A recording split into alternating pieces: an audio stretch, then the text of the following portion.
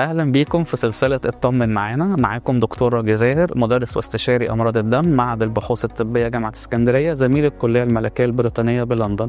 النهارده هتكلم معاكم عن موضوع بنقابله كتير، وهو نقص الصفائح الدمويه. الصفائح الدمويه هي خلايا في الدم عددها من 150 الى 400 الف، هدفها هي الحفاظ على الدم من النزيف، وكل ما الرقم بينزل تحت الطبيعي كل ما خطورة النزيف بتكون أكبر. وبنقسم النقص لدرجات، فمن 100 ألف ل 150 ألف بنعتبره نقص طفيف، وفي الغالب بيعدي بدون أي مشاكل، والمريضة يمكن أو المريض ما يشتكيش من حاجة. من 30 تحديدا إلى 100 ألف بنقول إن دوت نقص متوسط، ويستلزم مننا بندور ونشوف سببه إيه.